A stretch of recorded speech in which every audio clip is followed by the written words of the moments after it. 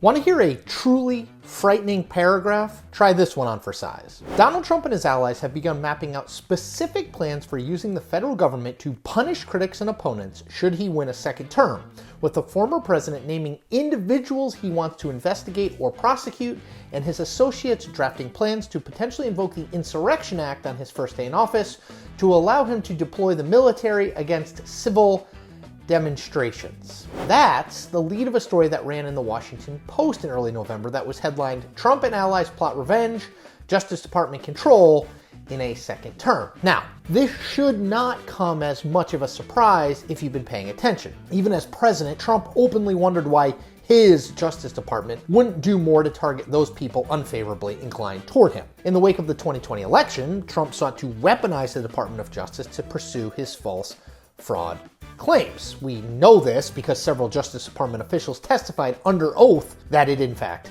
happened. As I myself wrote back in June 2021. This is a president who again and again, in ways big and small, showed that he thought the Department of Justice was effectively his own personal law enforcement and legal team.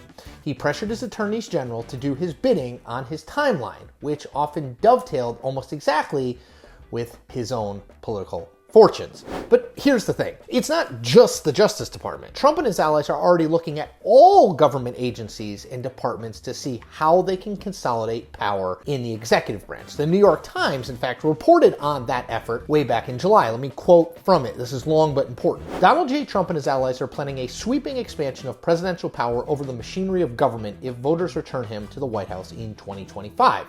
Reshaping the structure of the executive branch to concentrate far greater authority directly in his hands.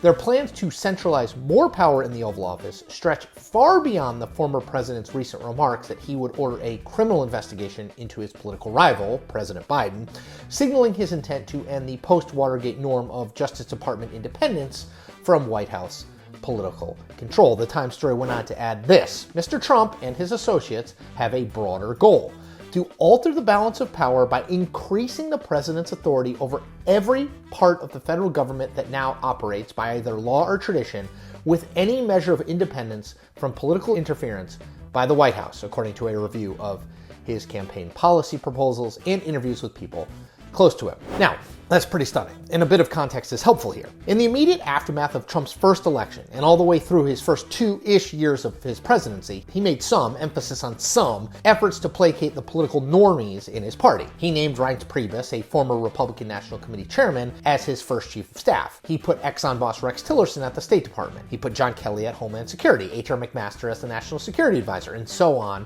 and so forth. Trump at least nodded to the notion that he was surrounding himself not just with loyalists, but with known quantities in and out of Washington, men and women who might serve in the administration of any Republican president. Now, that all changed about halfway through Trump's term. Out went all traces of normal Republicans, and in came people who would do what Trump said, whatever he said. He began to rely on acting cabinet officials because they didn't need to be confirmed by the Senate. "I like acting," Trump said in January 2019. "It gives me more flexibility. Do you understand that? I like acting. So we have a few that are acting. We have a great cabinet."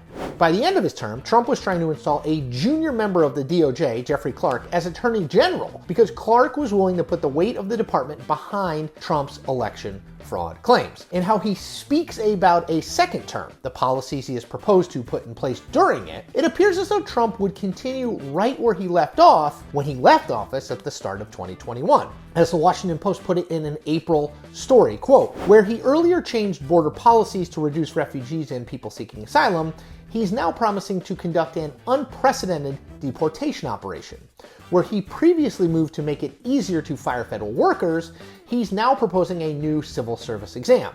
After urging state and local officials to take harsher measures on crime and homelessness, Trump says he is now determined to take more direct federal action." The reality that's really staring us straight in the face is this: Trump spent at least part of his first term learning the ropes, figuring out how far he could push, what the institutional forces were that limited what he could and wanted to do. He now has all of that knowledge as he seeks a second term. He knows what changes he can make to consolidate power in the executive branch, how he can turn all levers of government to enforce his will. So what? Trump is planning nothing short of a full overhaul of the government, a transformation the likes of which we have never seen in the history of this country before.